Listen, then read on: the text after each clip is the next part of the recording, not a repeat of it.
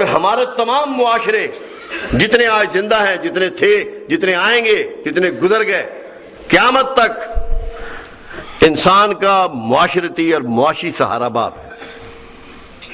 تو معاشی سہارا بھی چھین لیا، دنیا میں ابھی نہیں آئے، معاشرتی سہارا بھی چھین لیا۔ اور وہ خطہ عرب کہ جہاں یتیم کو یتیم ہی سمجھا جاتا ہے اور کچھ نہیں سمجھا جاتا، اس کی کوئی توقیر نہیں ہوتی، کوئی اس کی عزت نہیں ہوتی، اس کا وقار نہیں ہوتا، معاشرے میں اس کی پہچان نہیں ہوتی۔ یہ محبت ہے اللہ کی، کتنی محبت، بے پناہ محبت کرتا ہے اپنے حبیب سے۔ اور جب دنیا میں آ گئے، جب دنیا میں آ گئے تو پھر ماں بھی چھین لی۔ محبت کے انداز ہے اللہ کی، ماں کو بھی اٹھا لیا، ماں کو بھی اٹھا لیا۔ جب تھوڑا سا بڑے ہوئے تو بہت بڑے بگ سپورٹر تھا دادا، دادا کو بھی اٹھا لیا، چل بھائی۔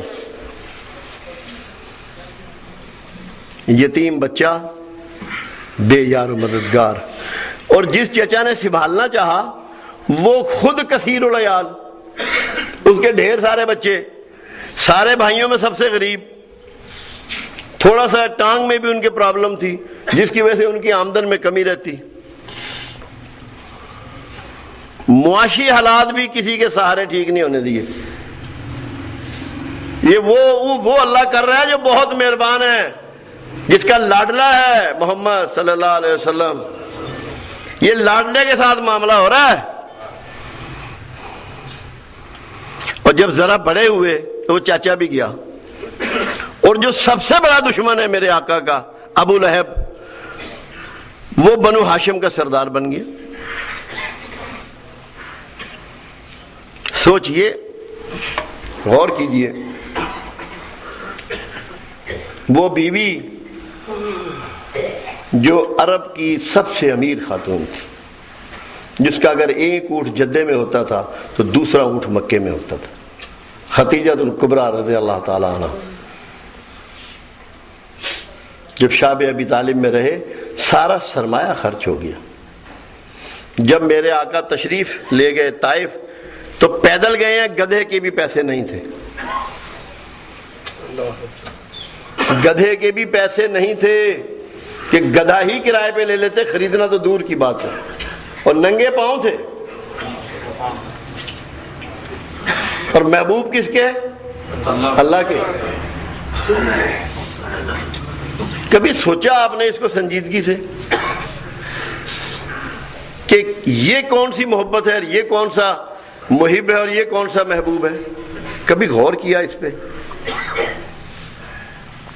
اس میں دو بنیادی باتیں تھیں۔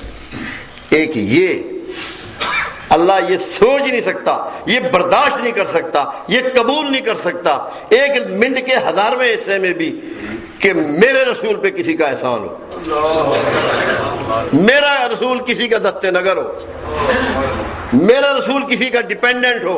اللہ سوچ ہی نہیں سکتا۔ یہ اللہ کی غیرت کا سوال ہے، کیونکہ وہ اللہ کا محبوب ہے، اور کوئی محب جو ہے اپنے محبوب کو دوسروں کا دست نگر نہیں دیکھنا چاہتا، نہیں دیکھنا چاہتا۔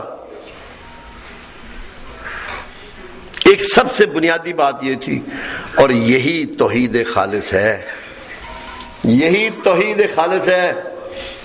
اور پھر اللہ کے رسول کی ایک بزرگی اللہ دیکھنا چاہتا تھا، ایک بزرگی دیکھنا چاہتا تھا۔ اللہ کے رسول نے کبھی جن کے باپ تھے ان سے موازنہ نہیں کیا کہ تیرا باپ ہے اور میرا نہیں ہے، جن کی ماں تھی ان سے موازنہ نہیں کیا کہ تیری ماں ہے اور میری ماں نہیں ہے، تیرے پاس سواری ہے اور میرے پاس سواری نہیں ہے۔ اللہ کے حبیب نے کبھی موازنہ نہیں کیا اور کبھی اپنے مالک سے اپنے لیے نہیں مانگا، شکوہ ہی نہیں کیا، کیونکہ مانگنا بھی بعض کا شکوہ ہوتا ہے، اپنے لیے نہیں مانگا۔ تو جب اللہ نے ٹیسٹ کر لیا کہ جسمانی تکلیفیں دیں، معاشی تکلیفیں آ گئیں، معاشرتی تکلیفیں آ گئیں، مالی مسائل آ گئے، ساری پریشانیاں آ گئیں، مگر بندہ جو ہے وہ پہاڑوں سے بلند، مسکراتا ہوا، لوگوں میں محبتیں بانٹتا ہوا، لوگوں کی تکلیفیں دور کرنے کی صحیح کرتا ہوا۔ اللہ نے اس ٹیسٹ کے بعد یہ سمجھ لیا کہ یہی رحمت عالم ہو سکتا ہے، اور اس صبر کے بدلے میں اللہ نے رحمت للعالمین بنا دیا۔ یہ وہ معاوضہ تھا جو صبر کے عوض اللہ نے ان کو دیا۔ اب آپ ذرا اپنا دیکھیں، ہمارا کیا حال ہے؟ ہم نعرے تو مارتے ہیں کملی والے کے، گن بھی گاتے ہیں، گیت بھی گاتے ہیں، کتنا صبر ہے ہم میں؟ ہم سے تو اگلی گاڑی نہیں برداشت ہوتی، پڑیں پڑیں ہارن مارنا شروع کر دیتے ہیں۔ ہم میں کتنا ری ایکشن ہے، کبھی سوچا ہے؟ اور اللہ کے رسول میں تو ری ایکشن نہیں تھا۔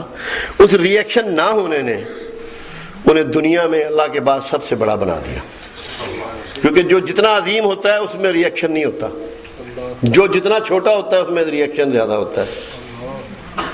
تو رحمت عالم بننے کے لیے صبر اور ری ایکشن کا نہ ہونا، یہ دو بنیادی صفات تھیں جن کا مکمل اور کامل اور اکمل اظہار رسول اللہ صلی اللہ علیہ وسلم نے کیا۔ آپ سب توقع رکھتے ہیں کہ اللہ آپ پہ رحم کر دے، اللہ آپ کا مہربان ہو جائے، اللہ آپ کو دنیا میں توقیر دے دے، اللہ آپ کو عزت دے دے، آپ کا ملک خوشحال ہو جائے۔ تو کیا آپ نے اپنا ری ایکشن ختم کر دیا؟ کیا بدلہ لینا چھوڑ دیا؟ کیا کسی کو ملعون کرنا چھوڑ دیا ہے؟ کیا کسی پہ غصہ چھوڑ دیا ہے؟ ہیرا پھیری چھوڑ دی ہے؟ کیا چھوڑا ہے؟ کس وجہ سے آپ یہ دعویٰ کرنا چاہتے ہیں کہ آپ پہ رحمت ہو جائے؟ کون سا ایسا کمال ہے، کون سی ایسی آپ کی خوبی ہے؟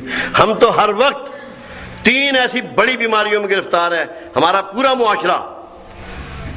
کمپیریزن، ہر وقت موازنہ کرتے ہیں، اس کے بچے نے نمبر زیادہ لے لیے، میں ڈپریشن کا میں چلا گیا، اس کی گاڑی بڑھیا ہے، میرے لیے عذاب ہو گیا، اس کا مکان بہت کھلا ہے، میرے لیے عذاب ہو گیا، اس نے کپڑے بہت اچھے پہنے ہوئے ہیں، میں پھنس گیا، اس کے گھر میں کرسٹل رکھا ہوا ہے، میں عذاب میں پڑ گیا۔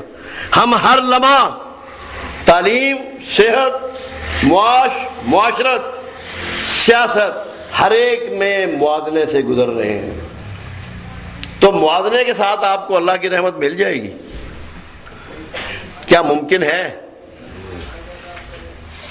ہمیں پہلے نمبر پہ موازنہ چھوڑنا ہے، کیونکہ ہمیں مسائل کا حل ڈھونڈنا ہے۔ آج دنیا میں ہماری ہیبت اکھڑ چکی ہے، ہماری توقیر نہیں ہے دنیا میں، ہمیں اس کو بحال کرنا ہے۔ اس کے لیے ہمیں کمپیریزن چھوڑنا پڑے گا، موازنہ چھوڑنا پڑے گا۔ دوسری چیز، ہم کمپٹیشن میں پڑ گئے ہیں، تقابلہ کرتے ہیں۔ تقابلے کا ایک ہی مطلب ہے کہ عملی طور پر آپ نصیب کو نہیں مانتے۔ جب آپ نے مقابلے کی فضا پیدا کر لی، کمپٹیشن کر لیا ہر چیز میں، یہاں تک کہ شکل و شباہت میں بھی، تعلیم میں، صحت میں، تمام زندگی کے شعبوں میں، سماج میں، سیاست میں، تو اس کا مطلب ہے کہ آپ نے نفی کر دی اللہ کے سلسلہ تقدیر کی، اس پہ شاکر نہ رہے، اس کو ایگری نہیں کیا، مانا نہیں اس کو۔ اور اللہ کیا کہتا ہے؟